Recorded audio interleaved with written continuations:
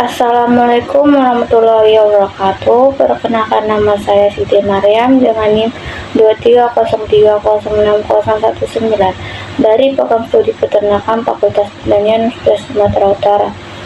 Di sini saya akan menyelesaikan tugas saya tentang metabolisme dan karbohidrat dengan mata kuliah biokimia dengan dosen pengampu Ibu Insinyur Penny Patriani SPT MPIPM ASEAN NG.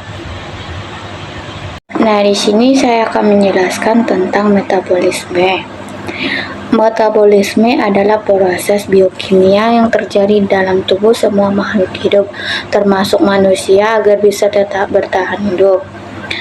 Proses ini mengubah makanan dan minuman yang dikonsumsi menjadi energi yang dibutuhkan tubuh untuk berfungsi. Metabolisme terdiri dari dua tahap utama, yaitu katabolisme dan anabolisme. Katabolisme adalah proses pengolahan dan pemecahan nutrisi serta pembakaran kalori dari makanan untuk digunakan untuk tubuh sebagai energi. Anabolisme sebaliknya berfungsi untuk menjalankan fungsi tubuh seperti menghasilkan hormon dan memperbaiki jaringan yang rusak.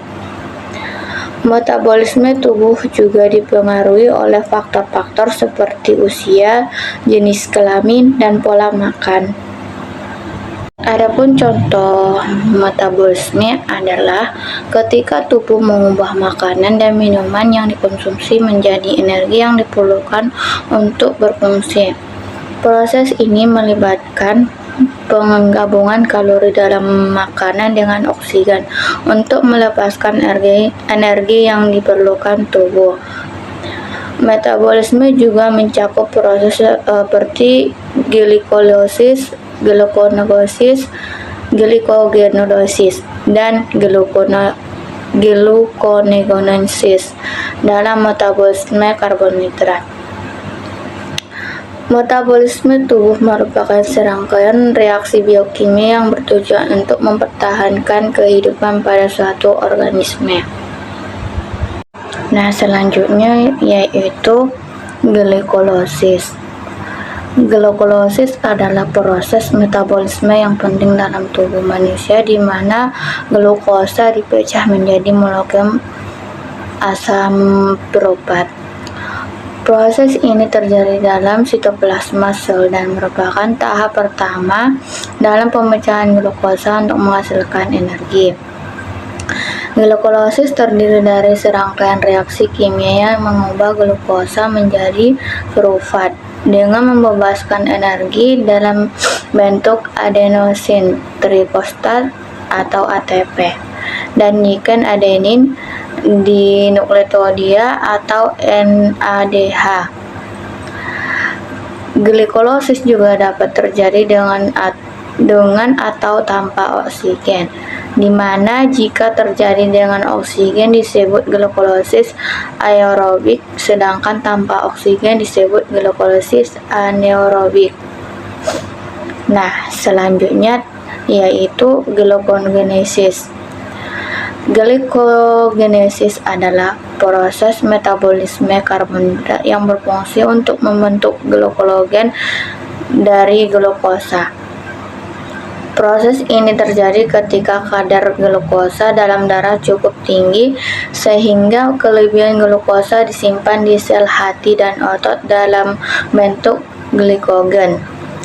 Glikogen merupakan gula cadangan yang disimpan dalam rantai panjang untuk digunakan sebagai energi di masa depan, misalnya saat sel otot melakukan aktivitas berat.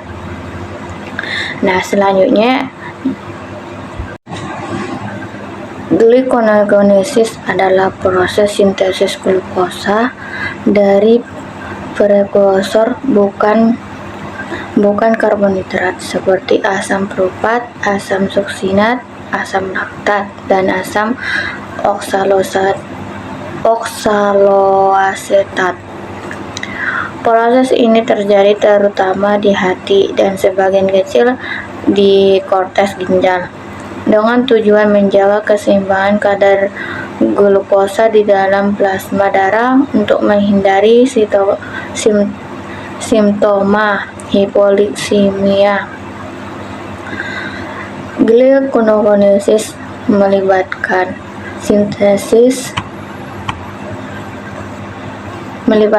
sintesis glukosa dari substrat yang merupakan produk dari lintasan glukolosis dengan menggunakan enzim yang sama seperti pada glukolosis tetapi dalam arah yang berlawanan. Proses ini berlangsung selama puasa, olahraga yang lama, diet tinggi protein, dan keadaan stres, dan dikendalikan oleh sekresi hormon tertentu di dalam tubuh. Gluconeogenesis sangat penting untuk menjaga kadar glukosa darah tetapi dalam kondisi normal dan menghindari hipogliksemia. Nah, selanjutnya yaitu glukolosis. Glukolosis adalah proses metabolisme yang penting dalam mengubah glukosa menjadi energi.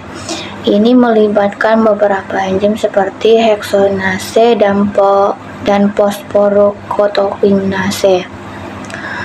Glukolosis terjadi dalam sitoplasma sel dan dapat berlangsung baik dengan oksigen atau glukolosis aerobik maupun tanpa oksigen atau glukolosis anaerobik. Proses ini menghasilkan produk seperti fosfat ATP dan NADH yang penting untuk energi seluler. Selain itu, glukolosis juga berperan dalam menjaga kadar gula darah, merangsang pembentukan insulin, dan memberikan energi untuk memperbaikan jaringan dan sel tubuh. Nah, selanjutnya yaitu gluconeogenesis. Nah, selanjutnya itu kesimpulan dari metabolisme. Metabolisme adalah serangkaian proses biokimia kompleks yang terjadi di dalam sel-sel organisme, baik itu manusia, hewan, maupun tumbuhan.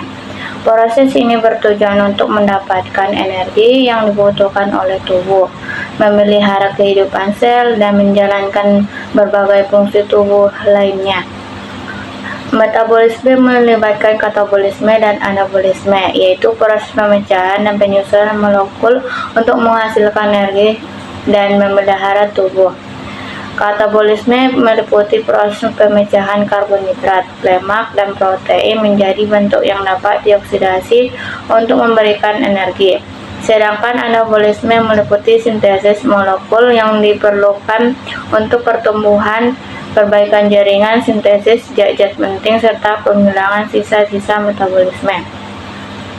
Metabolisme diatur oleh berbagai hormon dan enzim seperti insulin, glukagon, dan hormon tiroid yang berperan dalam mengatur keseimbangan gula darah, penggunaan energi, serta sintesis dan penguraian zat-zat tertentu. Sekian yang saya sampaikan, terima kasih.